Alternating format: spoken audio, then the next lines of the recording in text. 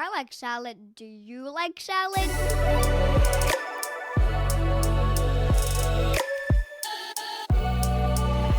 Hi, I'm Hostion Ho. I'm living in Vancouver, BC, Canada, unceded territory of Musqueam, Squamish, and Tsleil-Waututh nations. I'm an immigrant to Canada from China. Hey everyone, I'm Andrea coming to you from Victoria, but more importantly known as unceded Akwesasne territory of the Lekwungen-speaking peoples, the Songhees and Esquimalt First Nations, and I am an immigrant from the United States of America. And you're listening to Canadian Salad. Canadian Salad. Hello, beautiful masses of Canadian podcast salad listeners. Welcome back. Welcome back. Right? I know you have missed us. Yes. That's why we're here back. I miss me. Do you miss you, Ocean? I don't miss myself that much because I see myself alive every day. Really? Yeah. Yeah. Some the days I'm mirror. like, oh me. Oh, right. Because I get a mirror, look at a little compact mirror in my bag. Oh, see, See that's myself smart. every 5 minutes. I'm kidding. No, every 5 minutes. Timer, ding, check on me. No. But yeah, I miss us for sure. Yes, for sure. It's been a week, a long week. It's been so long. Oh my God. Oof. Yeah. But now we're back to Canadian Salad podcast. That's right. And we bring you a new topic. We are. I actually, this is going to be fun because I feel like I'm going to live down memory lane a bit with you. Oh, true. Because the thing we'll talk about today is we actually studied. Yes, we studied and we experienced together because we were both new to Canada. I mean, you were here before I was, but yes. Yeah. So what are we going to talk about today? My favorite topic that's been on delay for a while, but here it is. Drumroll, blah, blah, blah, blah. Integration models. Yay, finally. Oh my God. Yeah.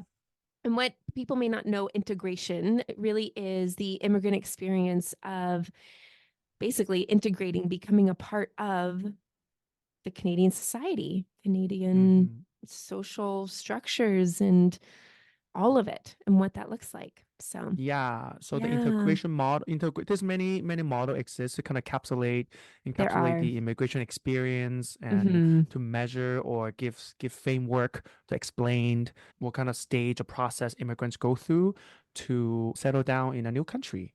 Yeah. And I think there's some parallels if people have traveled to other countries and they stayed maybe for a couple months or something. I think people will understand maybe just even, I hope, a little bit, and hopefully Canadian-born Canadians, people listening can actually have an understanding too, so that we can have better grace and understanding with one another. So I agree. Yeah, Hoshin, do you want to share maybe just talk about briefly your integration process in Canada? I mean, you're probably still going through it, right? Yeah. I would say so. I mean, every day is definitely a new challenge. It brings new challenges, of course, because I am not in a place that I am. First, I don't speak naturally the language, for example. So every day I'm learning languages, new terms, new ways of saying things. Yeah, English. I know, because I speak American. So yeah. So like that itself is a challenge, the language itself. And then on top of that, when language also comes with culture, like how you social with people, there's a lot of unspoken rules of how you social in different cultural settings, like work, friend group, partners, romantic relationships, or whether you're outside or inside, and different, or even like just the past couple weeks for like New Year or Christmas. There's also different ways of celebrating it with different people, like giving gifts, which is also culturally is not something I usually do. I don't usually celebrate Christmas anyway, because it's not culturally is my thing. So to also go through that holiday itself is also a integration kind of challenge for me, because it's kind of outside my understanding of what I should be doing, because it's not something naturally to me. Yeah. Right. It sounds like it's almost everything. I mean, if it's maybe not work, friends, community, holidays, traditions, language, weather, right? Like a more collective culture, which is where you came from, more community mindset. Oriented, right? Definitely. Oriented, like even having food, like I know a couple episodes ago we talked about food, but for me sometimes it also can be everyday challenge, because I'm so used to having food with people. In China, it's so sad to eat alone. Not okay, maybe not Yes. sad. So I should not say put a value statement to that. It's not if you that's what you want. But I'm just saying Sure. I'm not used to eating alone. So in nights when I have to eat alone, I just sometimes just naturally feel a little bit sad. And I Yeah. also don't understand how people can do that personally. Um, Right. yeah, I Yeah. just always want someone to accompany. We don't have to have conversation or whatever. It's just sitting there at each other's presence and sharing a Yeah. meal is always in general, also like how Chinese food is made, like how we eat food, like we don't have our own plate, right? We share food. So we have to have Right. someone to share. Yeah. So itself is it's a challenge too. So it really is in almost every aspect Hmm. of immigrant life. Hmm. Everything reminds you have to integrate into it. Right. Yeah. Yeah. What about you? What about Yeah. you? It's interesting because I feel like some people assume I mean I have friends back in the States who assume, well, Canada's just like America. It's not that much different. And at first I probably thought, yeah, they're right. I don't think that at all anymore. What was interesting when I came to Canada, everyone knew about America. Yeah. So everyone knew, oh, I've been to Portland where you're from. I love, Manzanita Beach. I'm thinking, okay. And they're like, I love this show. Do you watch it? Yeah. So I feel like people projected that they already knew me. And so I was Yeah. like, well, I'm not, but so there was this struggle of like trying to identify myself, different than what these kind of assumptions were. I Mm-hmm. had a lot of optimism about being in a new country. I think definitely when I started my master's program, I found it much easier to rest and be with people like you and people from our cohort, people who were all Mm-hmm. new to Mm-hmm. Canada. Mm-hmm. Because, Mm-hmm. and you alluded to this too, I think a few episodes ago, where you find rest with other people from international communities who are trying to navigate these same systems as you are. Even though you're Together. from these Yeah. different places, it's still Yes. new and you're still trying to work what does this look like? How does this work out? And Mm-hmm. so it was definitely much easier to be with you and other people in our class than just Canadian born people. And then I think when I had my son, it was very isolating. It was harder to integrate into doing activities with other Canadians because we had bedtimes and we had naps and we had all these things. Those friendships and those pieces were much harder. I guess that community was harder to find for myself. And Yeah. I have to say, American English is very different than Canadian English. I have gotten in trouble so many times for using the wrong What? words or like saying things differently. I have had people after reading my emails say, "Are you're not Canadian, are you?" And I'm like, no, I'm not. And they're like, I could tell. I'm like, what do you mean? Well, it's just the way you write. It's the way you talk. Oh, I guess. Okay. So yeah, it is definitely not the same. So I do, even though, yes, it is mostly English, there's still some things that we're always like, I'm still learning. Yeah. One other thing, the kind of the economics, like the taxation system, All very different, even obviously. government, like Mm-hmm. understanding how people are elected and what this vote goes towards this and who are the parties. I feel like there was all of this like upper level kind of federal, provincial, municipal hierarchies that I had no clue about. And as an immigrant, that's really important to know I because know how it's did like those you had to decisions affect vote. you? Yeah. Exactly. So And also yeah. talk about language. I remember a story the first time I went to Seattle. I remember I went to a coffee shop. I believe it's Starbucks. I don't remember. I mean, there's many coffee shops in Seattle, Starbucks too. Yes. And then Yes. the barista was like, you're from Canada, right?" I was like, "Oh, I mean, I obviously do not have a Canadian accent." I was like, "How? Why is your first guess?" I was like, "Because you said thank you." Oh, That's what he that's so said. sweet. Because That yeah. Americans. Yeah, yeah. I mean, and we start to adopt those things. I know I say sorry more when I'm Oh, visiting relatives in the same. States, and my relatives are like, Yes. "You're not in Canada. You don't have to say sorry." Sorry, you know.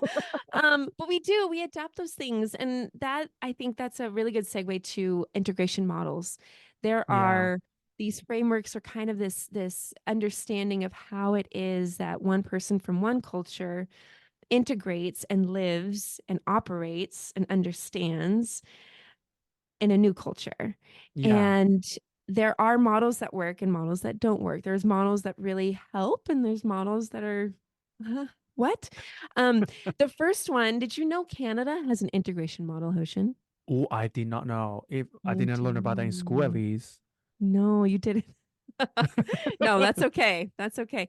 The last draft that Government of Canada did was back in 2019. This is with IRCC, Immigration, Refugees, and Citizenship Canada, and it basically draws kind of and maps out the ideal immigration process in Canada. So on Canada's side, the government is saying, you know what, we are going to provide service provider organizations. So that might be like immigrant and refugee center services. It might be, having programs in schools and public institutions like libraries where we have information about our government or how to vote or health benefits, things like that. And then we Okay. have professional associations or actual government organizations that we fund to help the integration and immigration process in Canada. Employers, we fund employers to hire immigrants. We create these programs because it's really positive. And then we also have and believe in our Canadian citizens that they will create and foster a society that is welcoming and inclusive, right? Part of Canada's side of the integration model too is they have all the acts, right? They've got the Citizenship Act and the Multiculturalism Act and the Official Languages Act and the Canadian Human Rights Act and the Charters of Rights and Freedoms and all of these things that actually enable and protect on paper immigrants. Okay. Right. So that's what Canada provides, but then for newcomers, basically their job is to learn the language. Their Yeah. job is also to get a job. Their responsibility is to obey the law. Their responsibility is to make social connections and to do the right thing. So there is kind of, in some ways, this model is like, look, we provide all this for you. You should be fine. Right? Unfortunately, Typical. that is not the case. I mean, I know. yes, it looks good Typical. on paper, and they quote, it's mutual adaptation, right? Like Canadian society needs to adapt to newcomers and newcomers need to adapt to Canadian society. And I will Yeah. say that the scale is heavily imbalanced, Yeah. where newcomers are really, really trying to integrate into a very big system that doesn't make a lot of room and space for them. And I don't hmm see Canadian society actually making room for newcomers and their Yeah. integration as much as Yeah. newcomers are having to do on their end.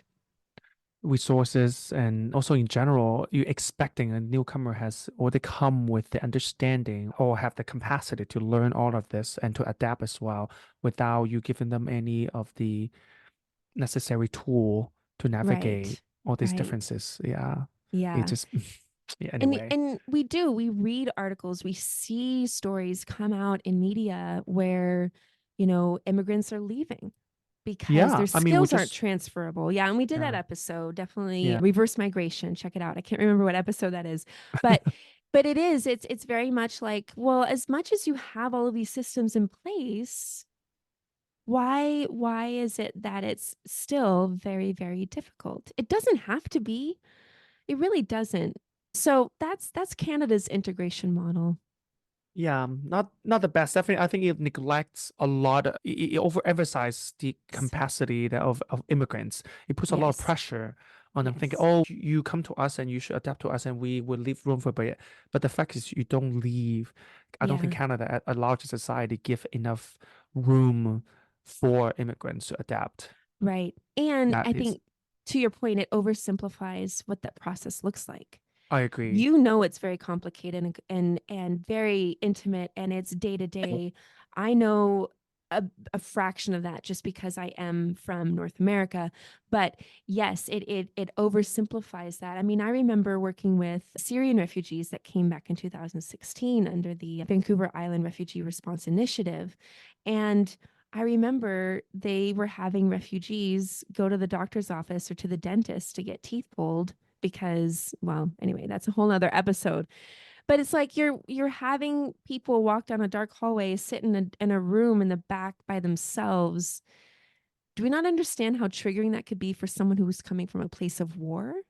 I um, agree. right? And so there's just all of these systems within health, settlement, employment, and education that really need to have a much more open framework than this integration model that they've laid out. So Yeah, way too yeah, generalized. I mean, I get yes, it is sometimes when you talk academic models, yes, it has to be generalized because you cannot just include everyone's story, but there are also situations that way too generalized. That yes, only tells one side of the story, and no story is one side. agreed, Yeah, absolutely, yeah. yeah. Well, Hoshin, do Um, you want to share a model with us, one of your faves? yes. My it's literally my fave. Yes, yeah. If you have a I'm gonna child, you're gonna name it after this. Probably, actually. Uh, I'm gonna share John Barry's acculturation model. Okay, Acculturation as a theory is really my favorite because okay. I bumped into that theory when I was doing my bachelor, and actually my graduation paper is on this theory. And also when I was doing my Wow. master, one of my papers also on this theory. So I literally wrote two papers that, S- because of this theory, which is because I love the theory is again generalized in many ways, of course, very generalized, Okay. but it can cap the idea, in general idea of what most people go through when they go to a different culture. So Barry's acculturation theory, acculturation model, Hmm. first identifies two different type of culture. One is host culture, is where you like Canada. In this case, let's say Canada, for Canada using me would as be an the example, host. Canada will be Right. the host culture because I am from a home culture or heritage culture, which is China, using my Okay. example. So when a heritage culture come into a host culture, they will be different, of course, because two different culture. And then based on my level of how much I integrate or familiar with the host culture, I will have different degree um, of acculturation. And there's Okay. also different terms to describe it. For example, if you are very high in terms of integrating into the or understanding familiar with yourself, completely throw yourself into the host culture, you assimilate to Mm, you assimilating to the the melting culture. pot. Yeah, Yeah. like melting pot is a great example. You have to Yeah. kind of throw yourself into it and then forget what you were. Or not forget, but very it's only a little bit of Put it you. in the back Yeah, like a closet. little bit of you left, or the opposite. You're very low level of integration, low level of familiarity with the host culture, and you're completely just living in your own culture, heritage culture that you're separating from the host Mm, culture. And then if you completely neither you don't celebrate your own culture, nor you want to integrate into the host culture, then you just marginalize I see. from anything. Then you're marginalized. That's the marginalization Mm, model. And then if you are good with both, balancedly having hold both culture in yourself and practice both, then you are integrated into the culture. okay. Yeah, those are four general idea of what it is. I love that model. One of the reason is first is very visualized, as I'm saying, just a four boxes of Okay. in general how immigrants go through. And then Yeah. second, it also the words itself like assimilate, a separation, marginalization, and integration that gives you a very good idea of to Mm, measure yourself. And also that four words also in Barry's model also mentioned about acculturation stress and how sure. that in acculturation level can affect your mental health. And integration is the healthiest. You have, show less, it actually helps, you know, people show healthier mentally if they are actually in the bracket of integration. And then if you are in the marginalization bracket, then you should show way more a possibility of mental illnesses like depression or anxiety. And then Mm, if you're in the middle, like some assimilation or separation, then you are, in the middle. yeah. And so Wow. that model is good for people to kind of maybe talk to themselves and see where they stand. Yeah. Well, and for you, I mean, what has been, would you say that you have felt kind of all four boxes at one point in your integration journey? I think definitely. I think definitely when I first come to here, I definitely really like assimilate. Yeah, I try to assimilate as much as I can because all everything's new is absorbing everything, and then Okay. slowly I'll go to this stage of maybe a little bit like separating from it because maybe I miss home, maybe I just been so long out of my own culture comfort zone. So just, Right. slowly get to this much separation, try to just keep to myself. And then Yeah. slowly more and more being, because again, in a new space, you only keep in celebrate your culture also doesn't, the big environment doesn't allow you to do so. And slowly I also find myself in these marginalization boxes that feel like I'm neither my own Mm, culture nor the host culture. But then yeah. eventually, to make peace with that and find that balance of, get to that integration stage. That's how Yeah. I personally see my journey going Sure. through. Sure. Yeah. What about you? What would you say you're similar or? Well, I mean, growing up in North America, there are a lot of similarities, but there's a lot of differences. So I will say that it ebbs and flows sometimes, depending on what's happening in the States. I'm like, yeah, I'm totally Canadian. I'm gonna assimilate. I am not at all American. And then there are pieces, I think because Canada and America are so close, sometimes it is hard to see the differences unless you're removed. And I think living in Canada Yeah. has helped me see a lot of those differences. So I would say that there has been some times that separation or even marginalization, no one understands me here. Yeah. People don't understand me back at home because I've changed. Yeah. And so you kind of feel like, well, I'm going to flip the bird to the whole world and I'm just going to live in my own little bubble, which isn't healthy. And it doesn't Yeah. help me love other people either. So it just Mm. perpetuates that loneliness because so I would say that, yeah, I sometimes it depends, but I do hear how that process is really, really difficult. And it does have tears and probably joys and triumphs, but also those dark nights of the soul where you're just, how do I even move forward? Because I have to. And Mm-hmm, mm-hmm. there's been lots of books written, there's lots of models out there, but I'm still here, Yeah. and because I would meet people too from different countries and they would come, when I worked at an immigration center society, they would say, I don't want to have anything to do with my country back at home. They I don't probably want come to, from, yeah, yeah, come I from a think it place of comes from hurt. Yeah. hurt, Yeah. could be trauma. Yeah. Mm-hmm. So it's really a tender place for a lot of immigrants. But yeah, Barry's is it two-dimensional model? Go by culturation model. Biculturalization model. Okay. Okay. Gotcha. Yeah. Yeah. Um, I think the third one that I'm just going to allude to real quick is the W curve adaptation model. And it's everyone knows what the letter W looks like, I hope. If not, just look at, mountains and just see a W. Okay. So the idea is that when you come to a new place, a new culture, often there's a lot of excitement and anticipation. And when you Mm-hmm. get there, it's kind of like a new relationship. You're just doughy Honeymoon eyed. stage. Yeah. Honeymoon, this is beautiful. I'm so happy to be here. It's so much better than where I used to be. Oh my gosh, I can't believe I'm living the dream, right? So Yeah. that first point of the W at the top, we're at the Is a honeymoon. high. Yeah. Yeah. And then something negative happens. It could be a culture shock moment, right? Mm-hmm. I'll give, for example, I lived in Nepal for a couple months and I was so excited. I was in the honeymoon and then I came and I was walking through downtown and I saw a child being beaten in the middle of the street. And I was at the bottom of the W. I was culture shock. Yeah. Like this happens. And so, with immigrants that come to Canada, there could be a moment where someone makes a racist comment. It could Yeah. be some shocking news or a shocking incident. Maybe they were crossing the street. Whatever it is, it brings you down. And so all of a sudden that adaptation is slowed because this just can't be. And there's no timeline on this. Like you could be in the honeymoon for 2 weeks or 2 months. Year.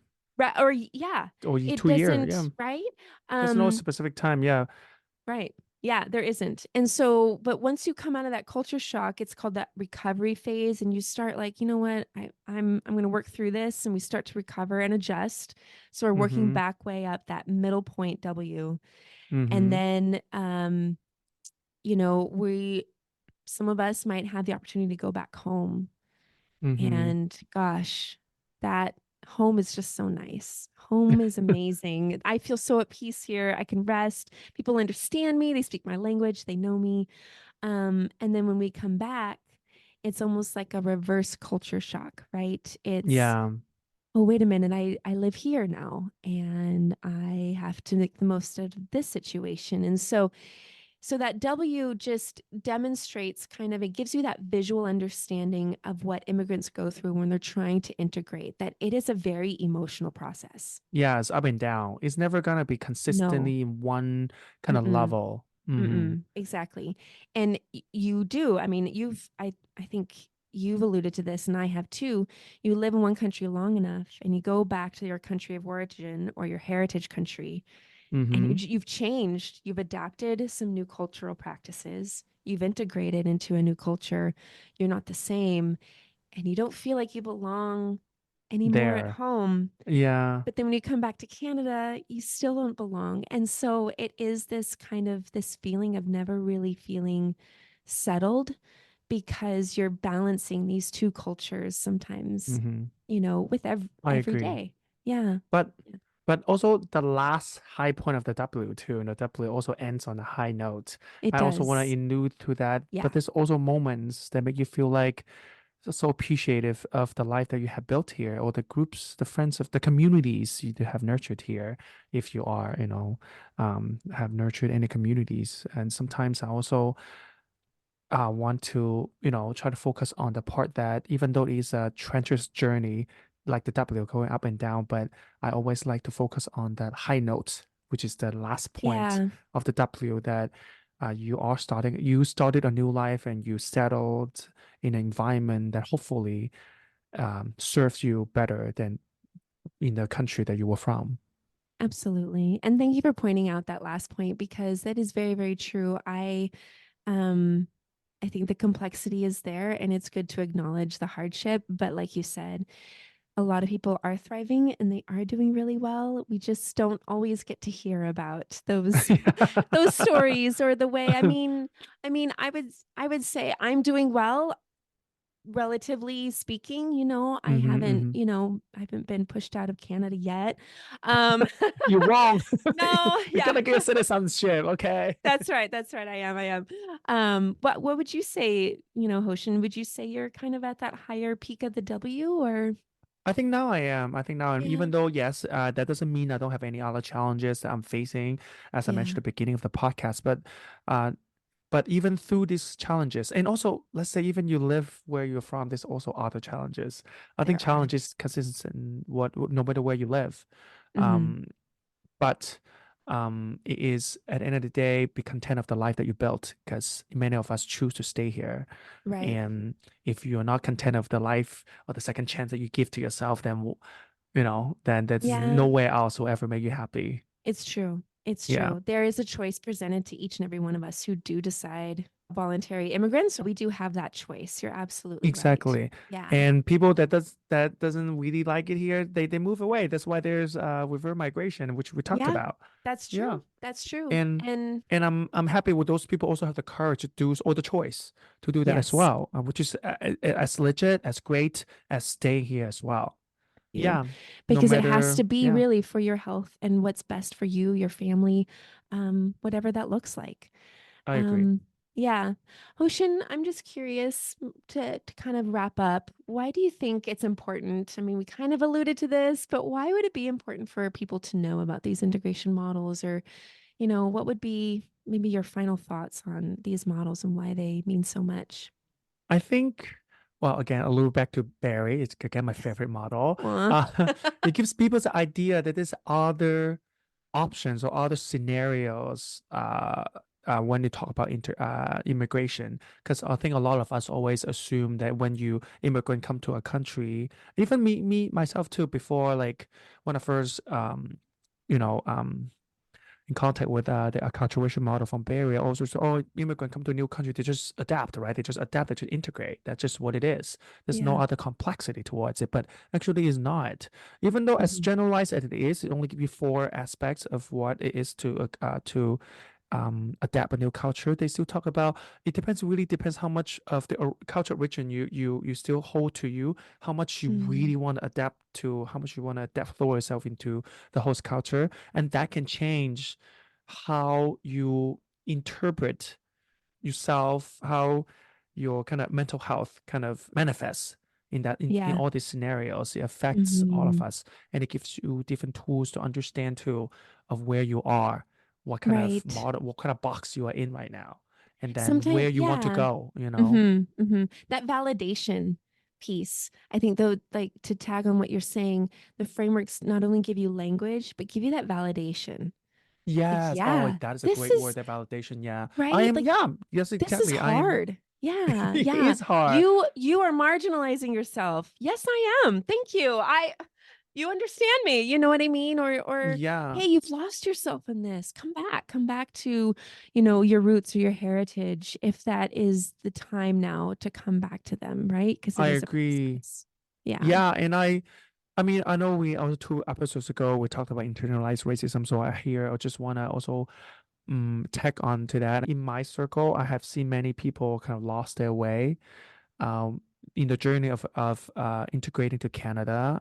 They forget to celebrate themselves, and they Mm, just because they're busy to celebrate the new culture that they are in, or maybe just because too busy to make friends, so they or be part of something, so they just and mm, forget themselves in many ways. So I just want yeah. everyone to know: do not get lost, in the Yeah. pursuit of being one of Mm-hmm. them and becoming none of Mm-hmm. you, because Mm. part of you and part of them is great. That would be the great balance, Oh, you know. that should be like our tagline. Don't get lost in the pursuit of being one of them. Just be you. I don't know. Yeah, just be you. Yeah, Right? just be Yeah, I you. love Yeah. that. Yeah, yeah. What about you? What's your thought on that? Well, I've taught some workshops on integration models when I used to work with refugees and sponsors, which most of the sponsors were about ages 50 plus and predominantly European Canadians, so white, and very big hearts these people had. At the same time, I think it's easy to expect that, well, they're going to learn the language and they're going to get a job and they're going to be successful, right? There was always this term said, like, oh, successful integration. And I would Yeah, always ask that question, what does that mean? What does it mean to successfully integrate? Because I really yeah, don't think that we should be the ones, the host culture should be the ones to determine what is successful integration. I think the yeah. only person that can define that is the person who's integrating, is the newcomer. And I think these models are so important because we really need to have grace and acceptance and curiosity for newcomers among us. I feel like we don't we check out our curiosity and we bring in our assumptions and we're just, oh, you're from Ukraine, this is the kind of person you are, because I know two people from Ukraine, right? um or right, Oof. it's, I feel like sometimes integration can only be as strong sometimes as the host country's willingness for that integration to Mhm, happen. mhm, mhm, mhm, What mhm. kind of friend or host would I be? I agree. Yeah. And I feel like if we're bringing in people, if we're bringing in newcomers, people from all over the world, and we're not setting the plates on the table and we're not taking their coat and we're not being hospitable, then we should really re-examine, the things that we say about like diversity being our strength. We should I really, agree. look ourselves in the mirror and say, are we really doing this for other people? Or are we doing this for us to give ourselves a pat Yeah. on the back, you know? Yeah. I think I also want to come down to individually, like as a host country. I know if I walk in the streets, most people just I will assume everyone is from here. Mm. And then I think unless someone opened their mouth, said they are immigrant or they're new to here, then I would know they are. And then I think as people who just, every day when you walk out the street and see random people, and then if you know what someone is an immigrant, I think all of us should also give them that grace as well. Yeah. That knowing, no, now that after this episode you will know, the Yeah. struggle, that let immigrant will know, then you should give them the grace as well. Because Mhm. if you know, in some sense, more been here longer than them or more advanced in the integration journey, then you have more tools, you have more understandings, and maybe guide them a little bit. Give them that welcome, Mhm. take their coat, give them that plate, Yes. Mhm. hand them a drink. You can be Right. that person too. Right. Because that's how Yeah. we would want to be treated. Like that's how Yeah. the host would want to be treated if it was somewhere else. Yeah, exactly. It is a two-way, like it is a relationship. It's a dance. It's give and take.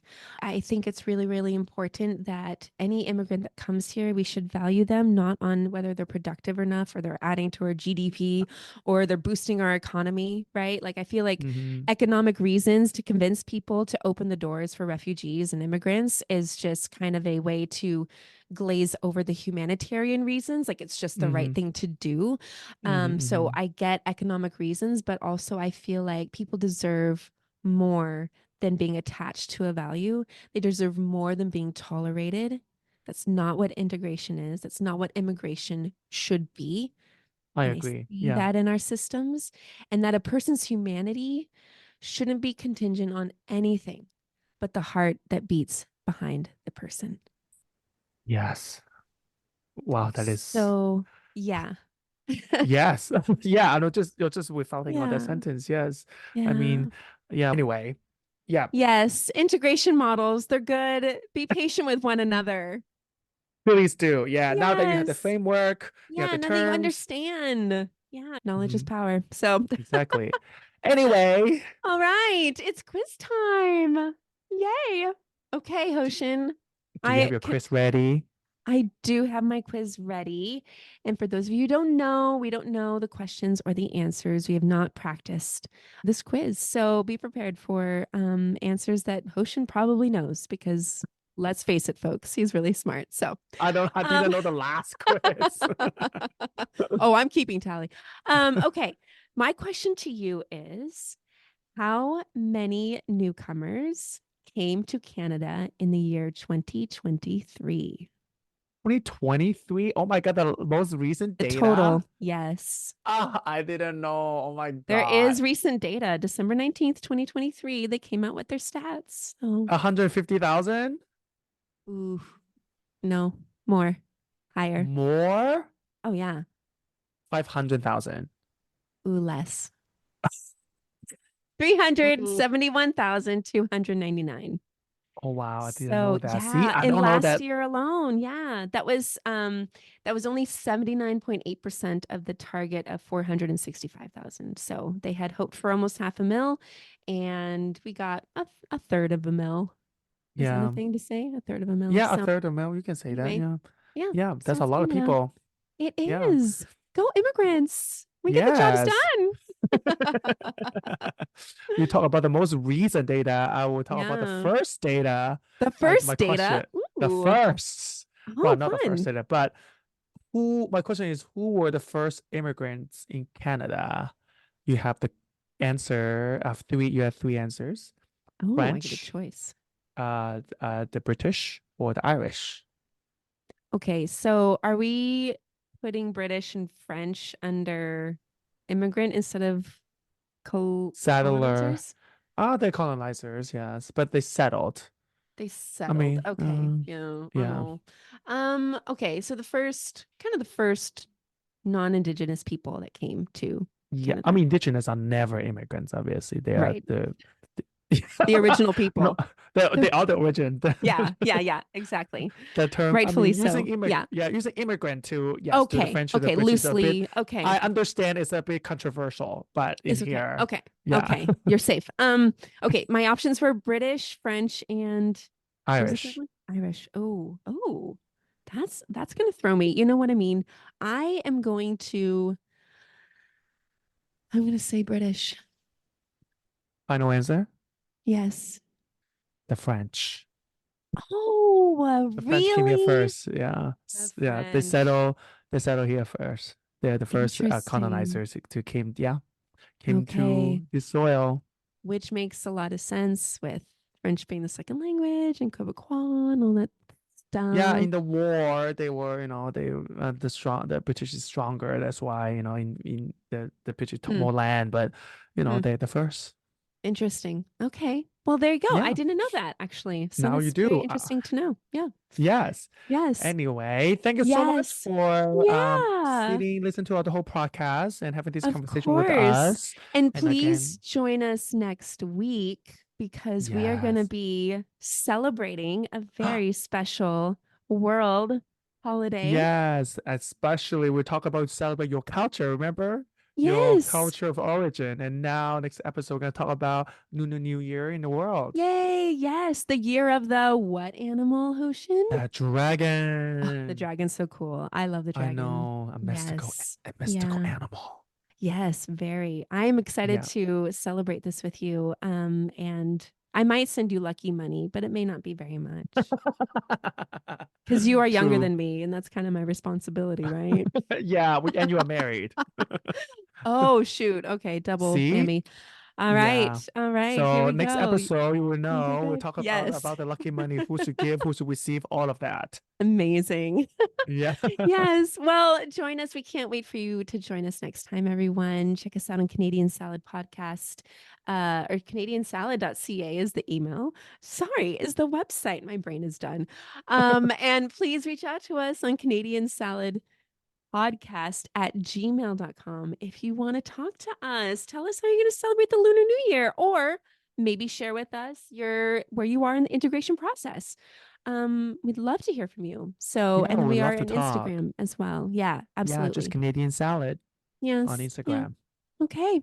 Well, we'll see you next week, everyone. Until then, have a wonderful week.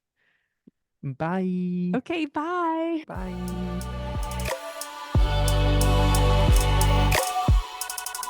Canadian Salad is written and produced in British Columbia, Canada by Hoshin Ho and Andrea McCoy. Theme music is by Naver Avityan from Pixabay.